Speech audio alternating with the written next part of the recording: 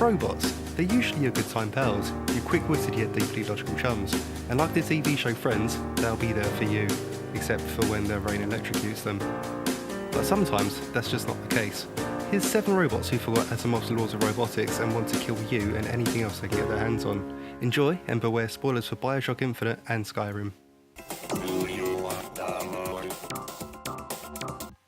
No one likes being labelled, especially with a label that's not even true. Just because you like avocados doesn't mean you're a millennial, it just means you have terrible judgment when it comes to food. But true or not, being labelled as insane is exactly what Franklin gets in the card battle game Insane Robots. When he asks what he did that makes him insane, the answer he gets is fairly underwhelming. Asking questions? Well, whatever the reason, it seems that Franklin quickly adapts to life in the battle arenas, swapping his chef knives for, well, the same knives, but now he kills robots with them. It quickly transpires that Franklin's arrival in the arena is more than just coincidental, as he learns that, before he wiped his memory, he was planning a revolution against the robot overlord Colonel and his bewildering reasons for throwing robots into death arenas. And whilst it might only be Colonel that Franklin is looking to get rid of, he's not putting up with any nonsense from his fellow prisoners, as he hacks and slashes his way to the winner's podium. Good luck with getting that support for the revolution, Frank. Initiating surprise in 3, 2, 1. I made it all up. Surprise. Look, we can't have a list of angry robots and not include Valve's sarcastic puzzle master GLaDOS, especially when the start of Portal 2 had us thinking that we'd be spending the game having a delightful stroll through the debris with Wheatley. That first. Do you know what I'm going to do? I'm going to work on the assumption that you're still alive, and I'm just going to wait for you up ahead. But that stroll stops short when the remains of GLaDOS begin to reassemble. I'm sure it'll be fine. She probably won't remember that we kind of killed her. Nothing. Hello! Oh, it's you. You know her? It's been a long time. How have you been? I've been really busy being dead. You know, after you murdered me. Oh. Okay.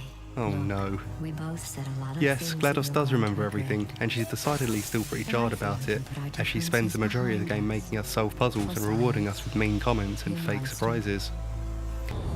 Remember before when I was talking about smelly garbage standing around being useless? That was a metaphor. I was actually talking about you. And it quickly becomes apparent that the tests she's putting us through aren't supposed to be solved, considering she's always putting things like deadly lasers or gun turrets in my way. And the continuous hurtful comments really don't help. Most people emerge from suspension terribly undernourished. I want to congratulate you on beating the odds and somehow managing to pack on a few pounds. It's no surprise then that when you do try to break out of Aperture Labs, only to wind up in a glass box, GLaDOS tries to kill you first with turrets, and then when that doesn't work... It's your old friend, deadly neurotoxin. Of course, everything does work out in the end, but I'm not hoping for Portal 3 anytime soon. I don't want to have to deal with GLaDOS all over again. I hate you so much. Shit! Get out!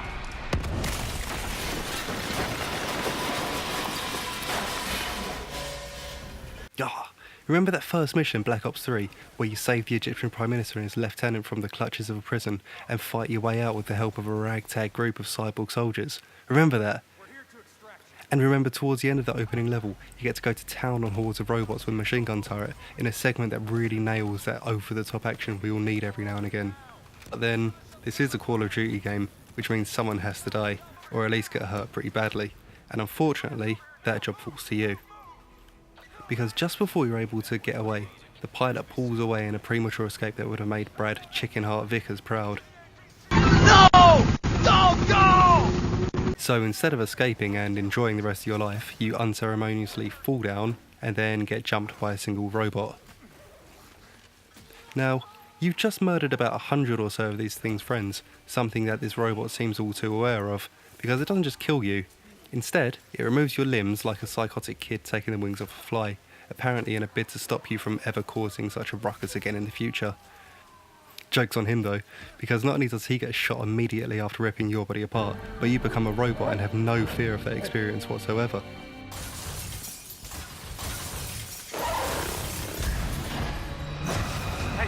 Ah, what the hell, man. Not cool. Maybe it's out. Good Neighbour in Fallout 4 is a place full of people who don't have time for nonsense. But none offer the same degree of sass, preparation and threats than the city's gun merchant, Cleo. Now, the surly robot is trying to run a business, so its nonsense capacity is fairly low already. Tell her that you don't want to buy anything and Cleo will accept the news by adding you to her Kill Eventually list. I'll add you to my Kill Eventually list. Awesome! But go a little further and hack her terminal on the shop's upper floor, and you'll see that the Sasspot has contingencies in place of killing pretty much everyone in Good Neighbour. Why does she have this list? We don't really know. What we do know is that we'd rather not mess Cleo about, something we learned the hard way. Even a girl with an arsenal full of weapons needs to make a living after all.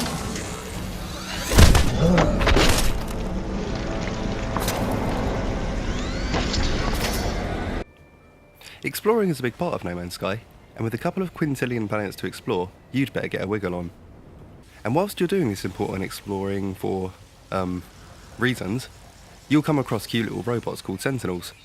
These robo-guards are tasked with making sure that you don't overmine the planet for resources or murder endangered animals, even if they started it first.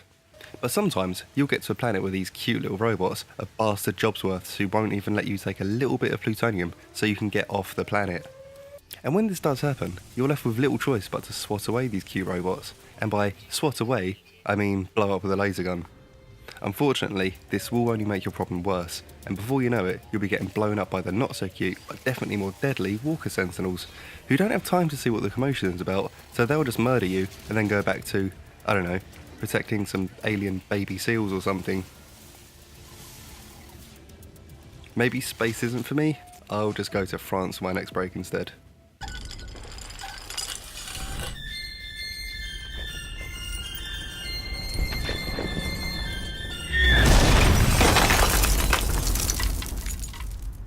Some robots can't help being angry with you, and Bioshock Infinite Songbird fits this category, like the Lutez's fit trans-dimensional banter.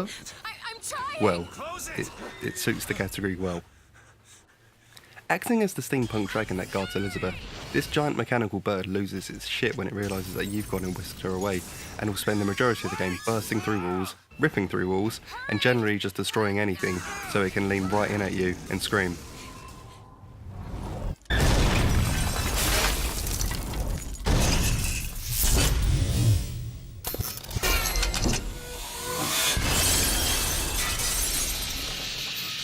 Fair play to Songbird.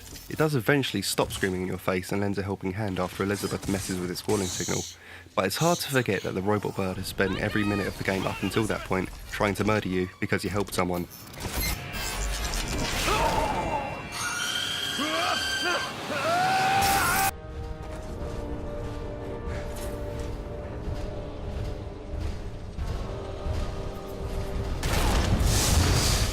The hulking dwarven sentinels of Skyrim are fairly miffed at the best of times, but their role in the epic time travelling mod The Forgotten City really shows how much nonsense they simply won't put up with. The Forgotten City sees you travel back in time as you try to uncover a murder that ultimately led to the destruction of the city. You might be wondering how a single murder led to a whole city being destroyed. Was it someone important? No! Instead, the city is governed by a rule that means if any violence takes place within the city, the whole place is doused in flames. We think that breaking the law here will cause some kind of event. So, as you're going about playing detective, you might have the urge to see whether or not this rule is legit. Or you might just come across an NPC you just don't like, or accidentally kill a bandit in the city. Seriously, it's like they want you to test out this rule. The many shall suffer, the missing shall suffer for the sins of the one. But if you do test it out, not only will you definitely set the whole city on fire, you'll also awaken those same hulking dwarven sentinels we mentioned earlier. Looking like stationary statues when everything is cool, put a foot wrong and these statues will suddenly look a lot more active as they take up the role of the Forgotten City's apocalypse bouncers, and you better believe that you're on the list. Their kill list. It's quite a long list. You might think you're capable of destroying them with magic. Well, think again. These abominations will only absorb your magic and shoot it back at you. Damn you, dwarves! In the end, when you awaken these robots, you're left with two choices. Go back in time, or hope that a punch from the dwarven robots hits you so hard that it sends you back in time rather than just kills you.